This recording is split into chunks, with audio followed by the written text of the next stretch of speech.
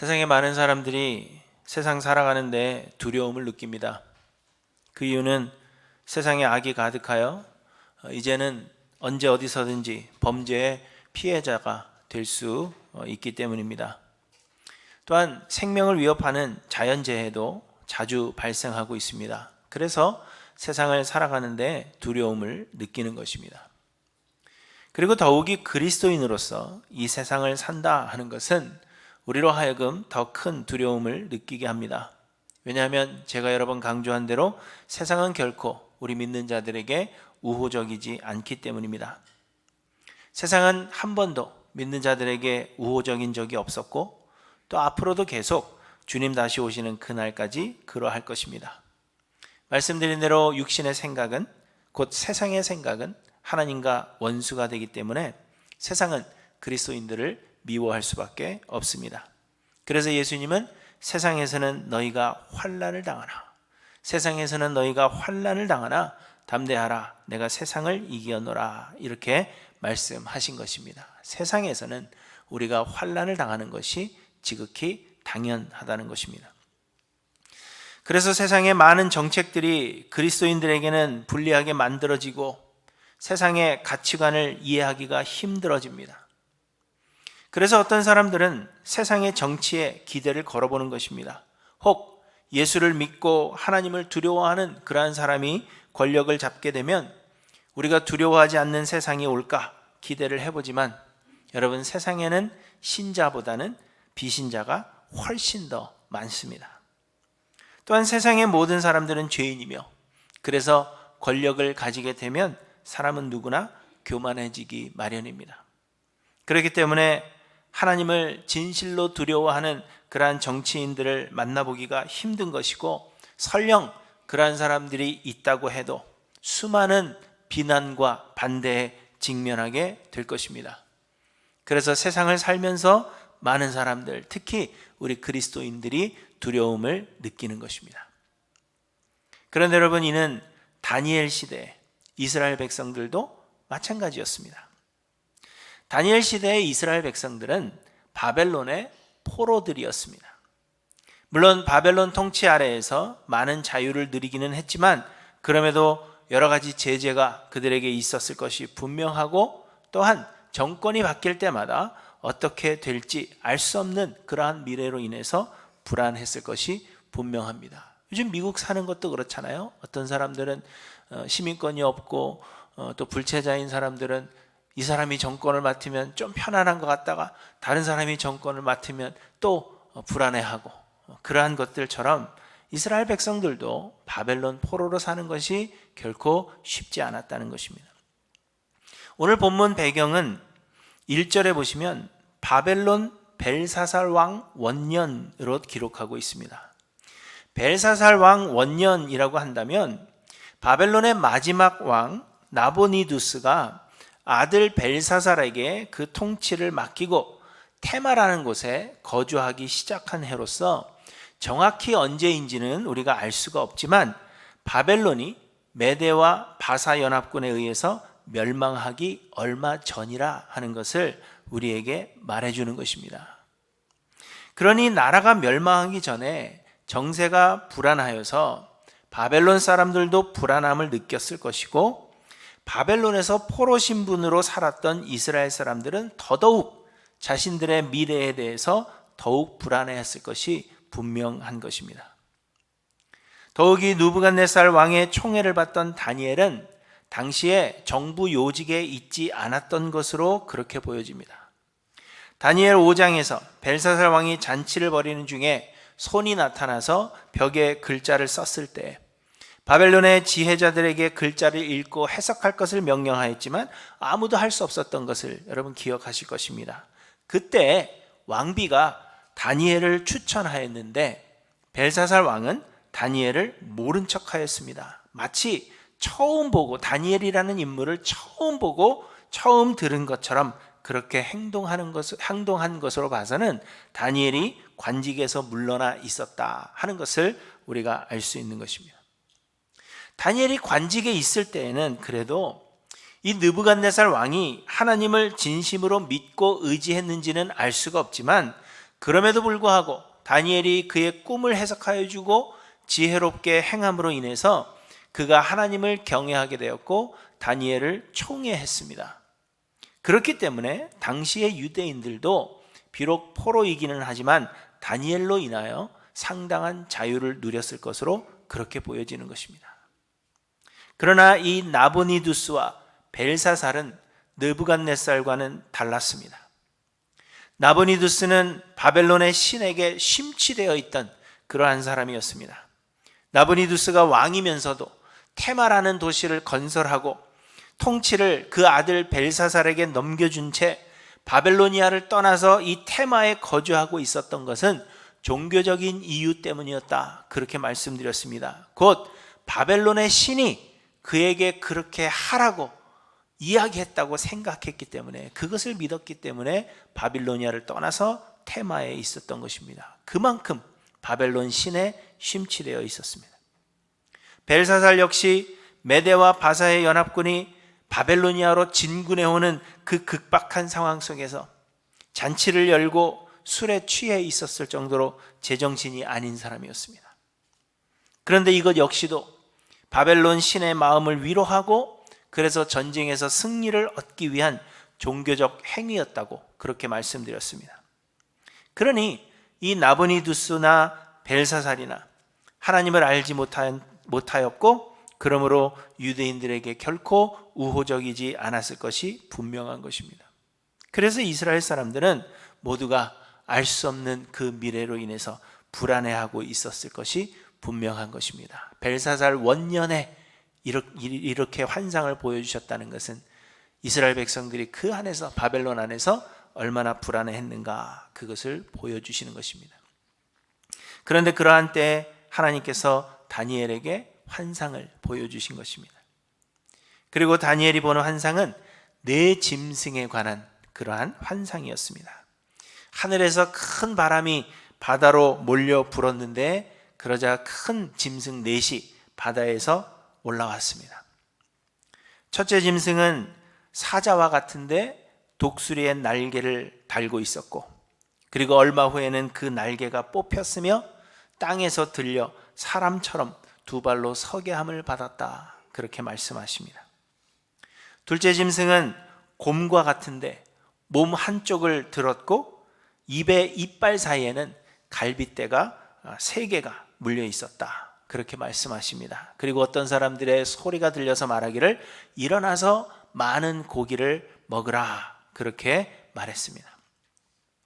셋째 짐승은 표범과 같은데 등에는 새의 날개가 4개가 달려 있었고 그리고 권세를 받은 머리가 4이나 있었다. 그렇게 말씀하십니다. 얼굴이 표범인데 얼굴이 4개, 날개가 4개죠. 그리고 넷째 짐승은 그 모양이 어떠한지 묘사하고 있지 않습니다. 다만 이 짐승은 무섭고 놀라우며 매우 강하며 쇠로 된 큰 이가 있어서 먹고 부서뜨리고 나머지 짐승들을 발로 밟았으며 머리에는 10개의 뿔이 있었다. 그렇게 말씀하십니다.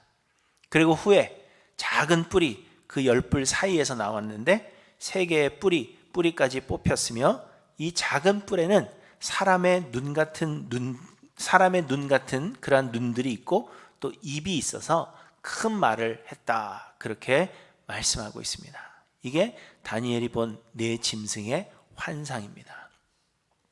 물론 머릿속에 아직 안 남아 있겠지만 그러나 좀 이렇게 상상을 해보세요. 첫째는 사자 같은데 독수리의 날개가 있었고, 곰, 그 다음에는 곰인데 한쪽을 들고 있었고 이빨 사이에 갈빗대 3개를 물고 있었죠. 그 다음에는 표범인데 머리가 4시고 날개가 4입니다. 그 다음에는 어떤 모양인지는 알 수 없지만 그냥 무조건 강하고 다른 새 짐승보다 더 강한, 그런데 뿔이 10개가 달려 있었죠. 그리고 그 후에 다니엘은 또 다른 환상을 보는데 왕좌가 보이고 왕의 자리가 보이고 옛적부터 항상 계신 이가 왕좌에 앉아 있는 것을 봅니다. 그리고 왕좌에 앉으신 이의 옷은 희기가 눈 같고 그의 머리털은 깨끗한 양의 털 같고 그의 보좌는 불꽃이요 그 보좌 아래는 바퀴가 달려 있는데 타오르는 불이며 그리고 불이 강처럼 흘러서 그의 앞에서 나오며 그를 모셔 섬기는 자가 천천히요 그 앞에 모셔 선 자는 만만이었다. 그렇게 말씀하십니다. 그리고 그 앞에 심판을 베푸실 책들이 펴져 있었다. 그렇게 말씀하고 있습니다. 다니엘은 이 네 짐승의 환상이 무엇을 상징하는지 알지 못했습니다. 그래서 보좌에 앉으신 이를 모셔 선자들 중 하나에게 물었습니다. 이 환상이 도대체 무엇을 말하는 것입니까? 그러자 17절에 보시면 그 네 짐승은 세상에 일어날 네 왕이라 이렇게 말씀하신 것입니다. 성경이 말씀하신 대로 다니엘이 본 환상 속의 네 짐승은 세상에 일어날 네 왕, 곧 네 나라를 의미하는 것으로 그렇게 여겨집니다. 이 네 짐승이 어느 나라인지에 대해서는 여러 다른 의견들이 있지만 전통적으로는 바벨론, 그리고 메대와 바사, 헬라 제국, 그리고 로마 제국을 상징하는 것으로 그렇게 봅니다. 첫째 짐승인 독수리의 날개를 가진 사자는 바벨론을 상징하는 것으로 해석합니다. 바벨론의 느부갓네살 왕은 주로 독수리로 그리고 사자로 묘사되곤 했는데, 그래서 이 첫째 짐승이 바벨론을 의미한다 하는 것에는 이견이 없습니다. 날개가 뽑히고 사람처럼 두 발로 서게 함을 받은 것은 지난 시간들에 우리가 살펴본 대로 느부갓네살 왕이 정신이 나가서 짐승처럼 되어서 막 들풀에 막 밖에 거하면서 이슬을 맞고 막 그랬던 것을 여러분 기억하실 것입니다. 그것처럼 겸손하게 되었던 것과 그리고 다시 짐승에서 사람의 모습으로 돌아온 것을 말씀하신 것으로 그렇게 보여지는 것입니다. 날개가 뽑혔다 하는 것은 그가 권세가 하나님께서 뽑으셔서 겸손해졌다는 것을 이야기하는 것이죠. 둘째 짐승인 곰을 메대로, 그리고 표범 같은 셋째 짐승을 바사로 해석하는 그러한 사람들도 있습니다.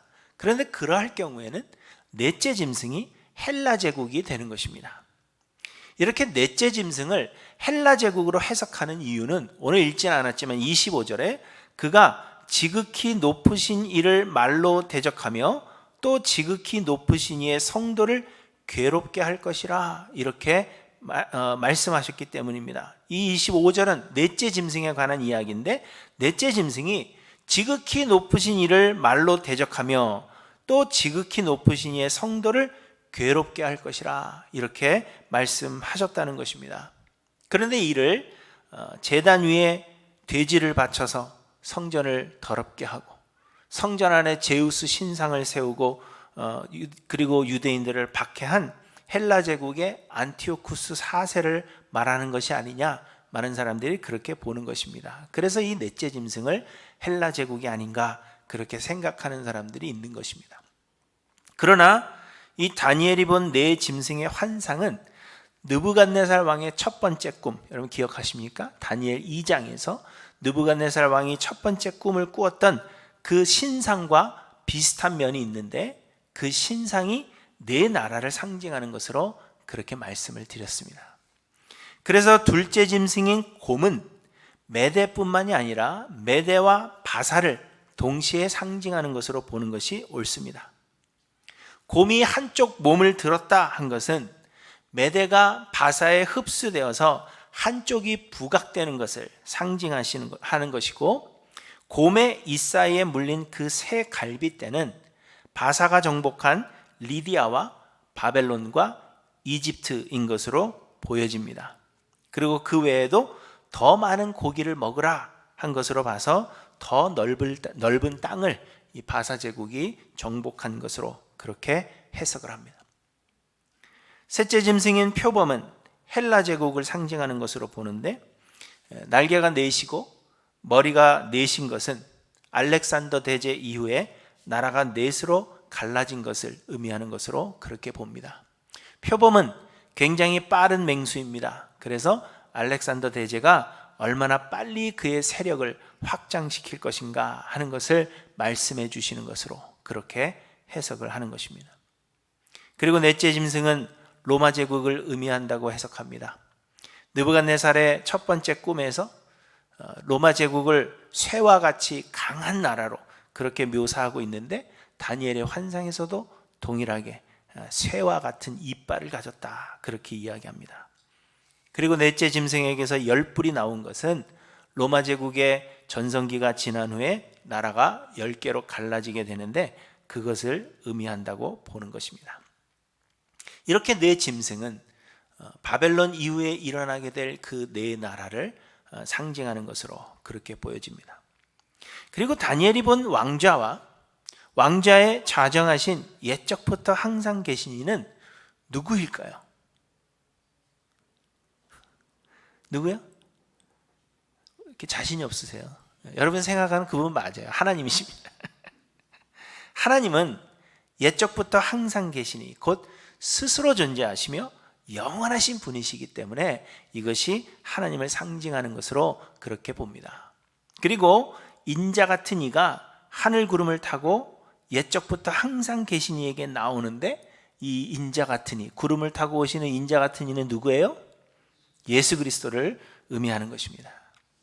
복음서에 보시면 예수님께서 자신을 인자라, Son of Man 이렇게 표현하시는 것을 봅니다. 그것은 오늘 본문의 인자 같은 이가 바로 예수님 자신이심을 말씀하시는 것이고, 그가 하늘 구름을 탔다 하는 것은 예수가 곧 하나님이시라는 예수님의 신성을 드러내는 것입니다. 이렇게 다니엘은 네 짐승의 환상, 곧 네 나라의 환상을 보았고, 그리고 하늘의 하나님의 보좌와 예수 그리스도를 본 것입니다. 그런데 여러분, 하나님께서 다니엘에게 이 환상을 보여주신 이유가 무엇이겠습니까? 그 다니엘에게 보여주신 환상을 통해서 하나님은 무엇을 교훈하려 하시는가? 그것이 오늘 본문을 통해서 우리가 생각해야 할 것입니다. 첫째로 하나님께서 환상을 보여주신 것은 이미 세상의 모든 것을 하나님께서 예정하셨다라는 사실을 알게 하시려는 것입니다. 하나님께서 우리 구원 얻을 자들을 예정하셨다는 것은 우리 개혁주의 신앙의 핵심입니다. 에베소서 1장에서 바울은 우리의 구원이 하나님의 은혜임을 설명하면서 이 예정이라는 단어를 여러 번 사용하십니다. 대표적으로 1장 4절부터 보시면 곧 창세전에 그리스도 안에서 우리를 택하사 우리로 사랑 안에서 그 앞에 거룩하고 흠이 없게 하시려고 그 기쁘신 뜻대로 우리를 예정하사 예수 그리스도로 말미암아 자기의 아들들이 되게 하셨으니 이렇게 말씀하고 있습니다. 하나님께서 우리의 구원을 예정하셨습니다.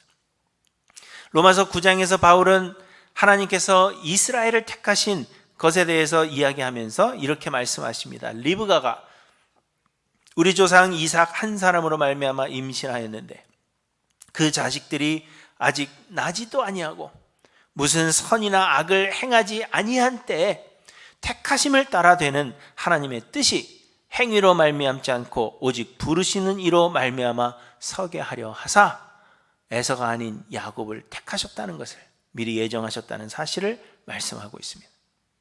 이처럼 하나님은 구원 얻을 자들을 이미 예정하셨습니다. 그러나 하나님께서 예정하신 것은 단지 구원 얻을 자들만을 예정하신 것이 아닙니다. 하나님은 세상의 모든 일들을 계획하시고 하나님은 세상의 모든 일들을 예정하셨습니다. 하나님께서 다니엘에게 보여주신 그 환상은 과거의 일일 뿐만 아니라 현재의 일도 보여주시는 것이요, 그리고 먼 미래의 일들까지 다니엘에게 보여주신 것입니다. 하나님은 바벨론의 몰락과 바사 제국의 부흥과 멸망, 그리고 헬라 제국의 일어남과 멸망, 그리고 로마 제국의 그 미래까지도 다니엘에게 보여주신 것입니다. 뿐만 아니라 마지막 10뿔 사이에서 일어난 그 작은 뿔은 우리가 다음 주에 생각하겠지만 적그리스도를 상징하는 것으로 보는데, 이는 예수님의 초림 이후에 일어날 일로 하나님은 이렇게 세상의 모든 역사를 이미 예정하셨다, 계획하셨다는 사실을 다니엘에게 보여주고 계시는 것입니다. 사람들은 인간의 지혜와 노력이 인류의 역사를 만들어 간다고 생각합니다. 그래서 수많은 사람들이 좋은 역사를 만들기 위해서 노력하는 것입니다. 사람들은 어떤 사람이 지도자가 되느냐에 따라서 그 기관 혹은 나라의 운명이 바뀔 수 있고 새로운 역사를 써내려갈 수 있다, 그렇게 생각합니다. 그래서 선거철이 되면 어떤 후보를 지지하고 선출해야 하는지 서로 열을 내는 것입니다. 미국은 지난해 이미 시끄러웠고 이제 한국은 곧 시끄러워질 예상입니다. 그러나 여러분, 하나님은 이미 온 인류의 역사를 예정하셨고 세상의 모든 것이 이미 하나님의 계획하심 가운데 있는 것입니다. 그리고 하나님의 계획하신 것이 반드시 되며 하나님께서 경영하시는 것은 반드시 이루신다, 그렇게 말씀하고 있습니다. 우리의 노력이 하나님의 그 뜻하신 바를 거스를 수가 없는 것이고 우리의 간절한 소망도 하나님의 계획을 변경시킬 수 없는 것입니다. 여러분, 이처럼 세상의 모든 역사는 이미 하나님의 계획하심 가운데 있다는 사실을 하나님은 다니엘에게 보여주시는 것입니다. 뿐만 아니라 여러분, 우리의 개인의 삶도 하나님께서 이미 계획하셨고 하나님의 예정하심 가운데 있습니다. 여러분, 살면서 내 뜻대로 안 되는 것이 얼마나 많습니까? 우리의 삶에는 내 마음대로 되지 않는 것 투성입니다. 그러나 여러분, 염려하지 마십시오. 하나님께서 이미 모든 것을 계획하셨고 하나님의 그 뜻은 반드시 이루어질 것입니다. 때로 그것이 내 마음에 들지 않는 것이라고 할지라도 하나님은 계획하신 것을 이루실 뿐만 아니라 그것을 통하여 반드시 선을 이루신다는 것을 우리에게 보여주시는 것입니다. 그러므로 여러분, 개인의 소망과 생각, 계획을 버리십시오. 하나님의 뜻과 하나님의 계획 앞에서 여러분의 뜻을 이루어 보겠다고 고군분투하실 필요가 없다는 것입니다. 헛수고입니다. 다만 하나님께 모든 것을 맡기고 하나님의 뜻을 이해하기를 소망하며 하나님께서 나를 사용하여 주시기를 간구하며 주님 앞에 엎드리시기를 바랍니다. 우리는 이해할 수 없어서, 하나님의 뜻을 이해할 수 없어서 답답해하고 번민하는데, 그러할 때마다 이해할 수 없는 그 세상의 일들 가운데 하나님의 뜻이 무엇입니까? 간구하시는 저와 여러분들 되시기를 간절히 소망합니다. 모든 사람에게 후히 주시고 꾸짖지 아니하시는 하나님께서 우리에게 주실 것으로 확신합니다. 둘째로, 다니엘에게 환상을 보이신 것은 하나님께서 세상을 심판하실 것이라는 사실을 알게 하시려는 것입니다. 다니엘이 본 환상 속의 네 짐승은 모두 바다에서 나왔습니다. 바다는 구약 성경에는 혼돈을 상징하고 부정적 이미지가 있습니다. 그래서 이 짐승들이 바다에서 나왔다 하는 것은 이들이 하나님을 대적하는 무질서요, 하나님의 적이라는 사실을 의미하는 것입니다. 또한 이들은 모두 하나님께서 창조하신 그들의 모습이 아니라 변형된 모습을 가지고 있었습니다. 첫째는 사자와 같은데 독수리의 날개가 있었고, 둘째는 곰이지만 몸 한쪽만 기형적으로 발달되어 있었습니다. 셋째 짐승도 표범이면서 새의 날개를 가졌을 뿐만 아니라 머리가 4개요, 날개가 4개였습니다. 넷째 짐승 또한 쇠로 된 큰 이가 있고 뿔이 10개나 달려 있었습니다. 세상에 존재하는 하나님의 피조물의 모습이 아니라는 것입니다. 그리고 이들은 모두 포악했습니다. 그리고 시대를 거듭하면서 이들의 포악하기가 더욱 심해지고, 그래서 넷째 짐승은 무섭고 놀라우며 또 매우 강하며 또 쇠로 된 큰 이가 있어서 먹고 부서뜨리고 그 나머지 짐승들을 발로 밟았다, 그렇게 말씀하십니다. 여러분, 이것은 이 세상이 사람들이 소원하는 것과 같이 그렇게 좋아지지 않을 것이라는 사실을 말씀해 주시는 것입니다.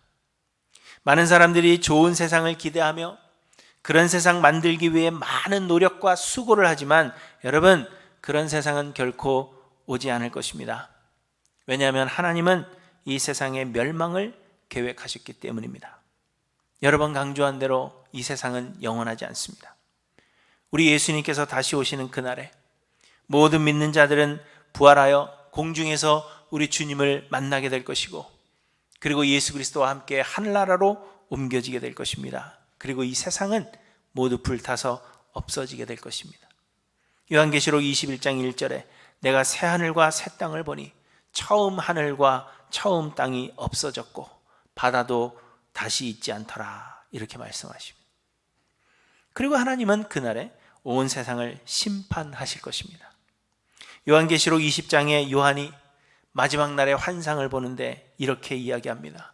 내가 크고 흰 보좌와 그 위에 앉으신 이를 보니 땅과 하늘이 그 앞에서 피하여 간데 없더라. 또 내가 보니 죽은 자들이 큰 자나 작은 자나 그 보좌 앞에 서 있는데 책들이 펴 있고 또 다른 책이 펴졌으니 곧 생명책이라.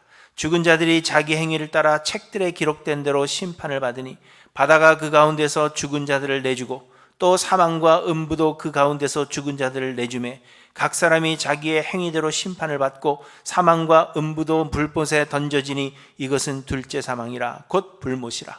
누구든지 생명책에 기록되지 못한 자는 불못에 던져지리라. 그런데 여러분, 오늘 본문에서 다니엘이 본 환상과 요한계시록 20장에 요한이 본 환상, 마지막 날의 그 환상이 비슷합니다. 다니엘은 왕좌가 놓이고 옛적부터 항상 계신 이가 좌정하신 그 환상을 보았습니다. 그리고 옛적부터 항상 계신 이가 심판을 베푸셨는데 그 앞에 뭐가 있었어요? 책들이 펴져 있었다, 그렇게 말씀하십니다. 요한계시록 20장의 마지막 하나님의 심판과 동일한 모습입니다. 그리고 넷째 짐승이 죽임을 당하고 시체가 상한바되어 타오르는 불에 던져졌고 나머지 짐승들도 모두 권세를 빼앗겼습니다. 이는 하나님께서 공의로 심판하신다는 사실을 말씀하고 있는 것입니다. 여러분, 하나님께서 악의 그 포악한 대로 내버려 두시고 우리 믿는 자들로 하여금 세상에서 고난을 당하게 내버려 두시는 것처럼 그렇게 보여집니다. 그리고 그것이 사실입니다. 하나님은 악의 그 포악한 대로 내버려 두시며 우리 믿는 자들로 하여금 고난을 당하도록 내버려 두십니다. 그 이유가 무엇입니까? 첫째로는 우리 믿는 자들을 시험하시고 정결하게 우리를 단련시키시는 목적이요, 둘째로는 그들의 악이 차기까지 기다리심으로 인하여 하나님의 심판을 핑계치 못하게 하시기 위함이라 말씀하십니다. 그러나 분명한 사실은 하나님께서 모든 것을 주관하시고 모든 권세 위에 하나님이 계시며 그리고 택한 자들을 보호하시되 악을 반드시 심판하신다는 사실을 우리에게 보여주시는 것입니다. 그러므로 사랑하는 성도 여러분, 악이 만연하여도 두려워하지 마시기 바랍니다. 악과 타협하지 마시고 악은 그 모양이라도 버리십시오. 누군가가 악을 행했기 때문에 나도 행해야 된다, 그러한 마음을 가지지 마시라는 것입니다. 하나님은 악을 내버려 두시는 것 같아도 하나님은 반드시 심판하실 것입니다. 그러므로 여러분, 악인의 길에 서지 마시고 오만한 자의 자리에 앉지 마시고 여호와의 율법을 즐거워하여 그 율법을 주야로 묵상하시며 선을 행하기에 힘쓰시는 저와 여러분들 되시기를 간절히 소망합니다. 그리고 셋째로, 하나님은 환상을 통하여 멸망하지 아니할 영원한 나라를 소개하고 계십니다.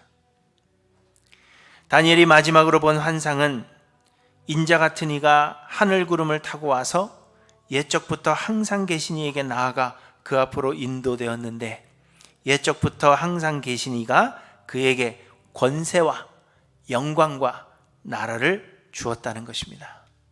그리고 그의 권세는 소멸되지 아니하는 영원한 권세요, 그의 나라는 멸망하지 아니할 것이니라, 이렇게 말씀하고 있습니다.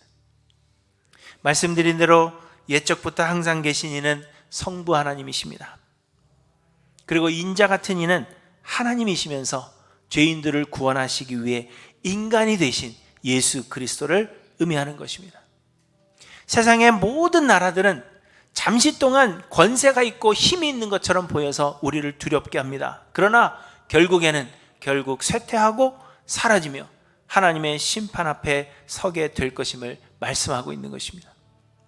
그러나 하나님께서 예수 그리스도를 위하여 세우시는 한 나라가 있는데 그 나라는 영원하며 그리고 예수 그리스도의 권세는 소멸되지 않는다는 것입니다. 그런데 여러분, 그 나라는 이 땅 위에 있지 않고 하나님께서 하늘에 세우셨습니다.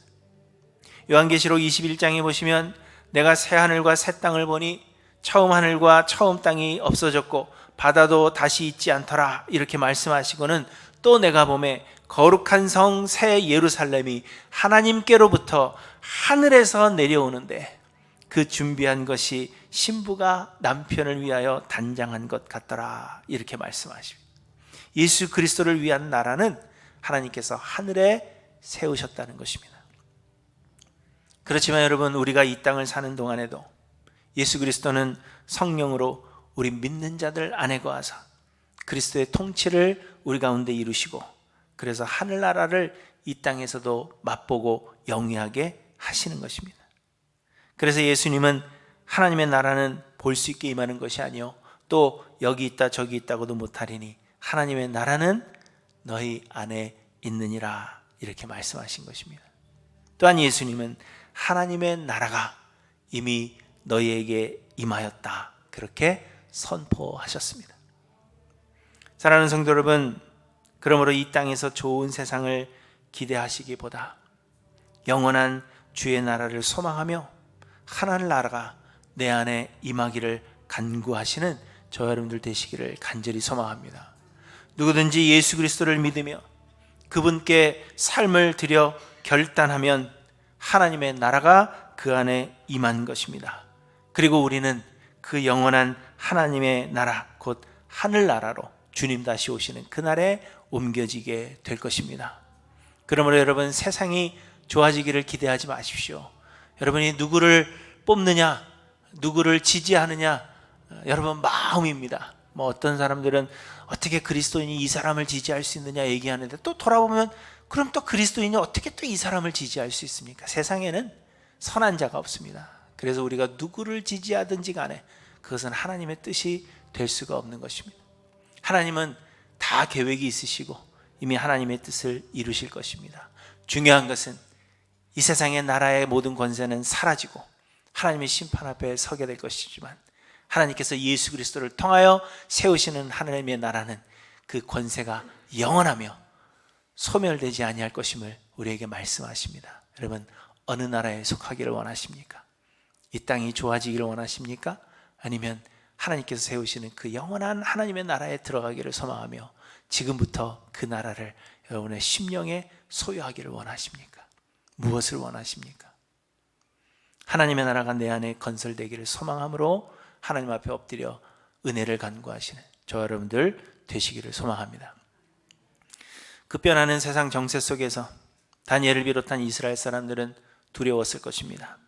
그래서 하나님은 다니엘에게 환상을 보여주사 그를 위로하신 것입니다. 세상의 모든 역사는 하나님께서 예정하시고 계획하신 것입니다. 세상에 악이 가득하고 권세가 있는 것 같아도 하나님의 권세 아래에 있으며 하나님은 그들을 심판하실 것입니다. 그리고 하나님은 영원한 주의 나라를 세우시고 우리를 그 나라로 초청하고 계십니다. 그러므로 세상이 변하고 악이 가득해도 두려워할 것이 없음을 다니엘에게 알게 하시고자 하나님은 그에게 환상을 보여주셨습니다.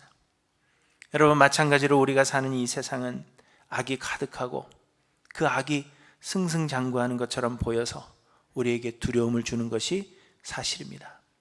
그러나 여러분 기억하십시오. 모든 것이 하나님의 계획하심 가운데 있습니다. 하나님은 믿는 자들을 보호하시되 악을 반드시 심판하실 것입니다. 그리고 하나님은 영원한 주의 나라를 세우시고 그 나라 가기 전까지 믿음으로 우리로 하여금 그 나라를 영위하게 하십니다. 그러므로 사랑하는 성도 여러분, 세상에서는 우리가 환난을 당하나 두려워하지 마시고 담대하시기 바랍니다. 악과 타협하지 마시고 의인의 길에 서십시오. 여러분 안에 그리스도의 통치가 이루어지도록 주께 삶을 들여 순종하시기를 바랍니다. 지극히 높으신 이의 성도들이 나라를 얻으리니 그 누림이 영원하고 영원하고 영원할 것입니다. 그 하늘나라에 우리가 영원토록 거하게 될 것입니다.